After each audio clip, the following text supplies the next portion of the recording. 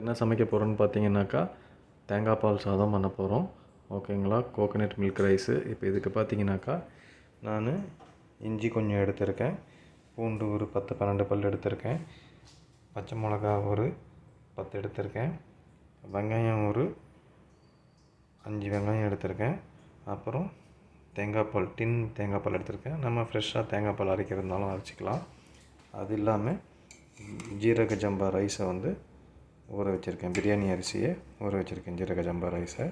இப்போ அடுத்து என்ன பண்ணுறதுன்னு பார்ப்போம். இங்கே வெங்காயத்தை நான் நீட்டாக கட் பண்ணி வச்சுருக்கேன்.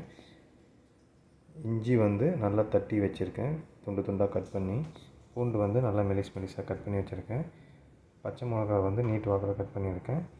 தேங்காய் பாலை ஓப்பன் பண்ணி வச்சாச்சு. நெய் யூஸ் பண்ண போகிறோம் நம்ம. அது இல்லாமல் பட்டை, லவங்கம், ஏலக்காய், அதுக்கப்புறமா பெப்பரு, அப்புறம் சோம்பு, இது எடுத்துருக்கோம் நம்ம. இப்போ அடுத்து ஒரு தவா வச்சு என்ன பண்ணுறதுன்னு சொல்கிறேன். அரிசியும் ஊற போட்ட அரிசி ரெடியாக இருக்குது. இப்போ நம்ம என்ன பண்ணுறதுன்னு பார்ப்போம். அடுத்த ஸ்டெப்பை நம்ம ஒரு சின்ன டபரா வச்சு எண்ணெய் ஊற்றிருக்கோம் கொஞ்சோண்டு. இப்போ நெய்யும் ஊற்றிக்கிறேன் நான்.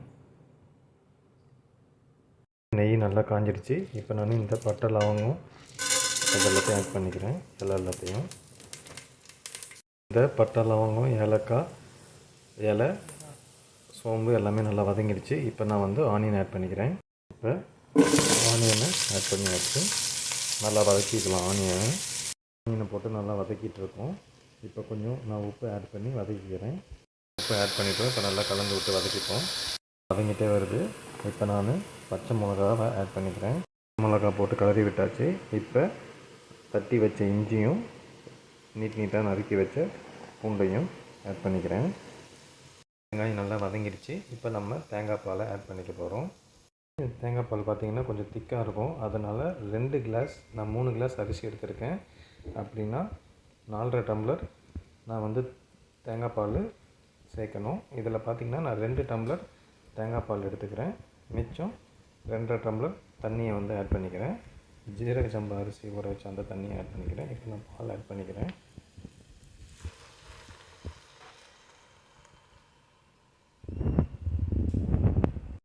தேங்காய் பாலில் நம்ம கெட்டியாக இருந்ததுனால 2 டம்ளர் ஆட் பண்ணிட்டோம். இப்போ ஒரு 2.5 டம்ளர் ஜீரக சம்பா ஊற வச்சு ஊறின தண்ணியை இதில் ஆட் பண்ணிக்கிறோம். ஆட் பண்ணி இப்போ நல்லா கலந்து விட்டுக்கலாம். நல்லா கலந்து விட்டுட்டோம். இப்போ ஒரு கொதி வர வரைக்கும் வெயிட் பண்ணுவோம். கொதி வந்தவுடனே அரிசியை போடுவோம். கொதி வந்துடுச்சு தேங்காய் பால். இப்போ நான் ரைஸை ஆட் பண்ணிக்க போகிறேன். ரைஸை ஆட் பண்ணிக்கிறேன்.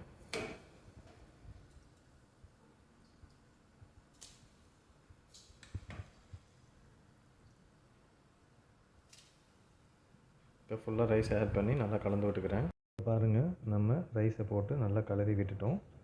இப்போ கொதி வந்த உடனே நம்ம சிம்மில் வச்சுட்டு ஒரு 5 மினிட்ஸ் மூடி போட்டு வைப்போம். அதுக்கப்புறமா ஒரு 5 மினிட்ஸ் கழித்து திறந்து நல்லா கலந்து விட்டுட்டு அப்புறம் ஒரு 15 to 20 மினிட்ஸ் டம் போடுவோம்.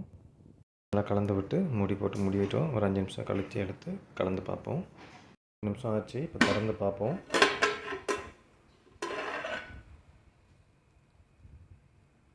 இப்போ நம்ம நல்லா கலந்து விட்டு திரும்பவும் டம் போடுவோம் ஒரு 15 மினிட்ஸு. நல்லா அரிசியை நல்லா கலரி விட்டாச்சு.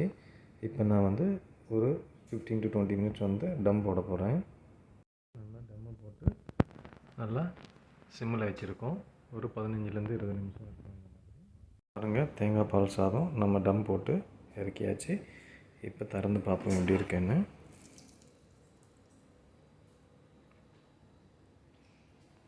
இப்போ பாருங்கள், அரிசி நல்லா வெந்து சூப்பராகவே இருக்குது. இப்போ நம்ம கலரி பார்ப்போம். கலரி விட்டுட்டோம். அரிசி நல்லா வெந்து சூப்பராகவே இருக்குது. நீங்களும் இதே மாதிரி கோகோனட் மில்க் ரைஸ் பண்ணி பார்த்துட்டு எப்படி இருந்துச்சு அப்படின்ட்டு கமெண்ட் பண்ணுங்கள்.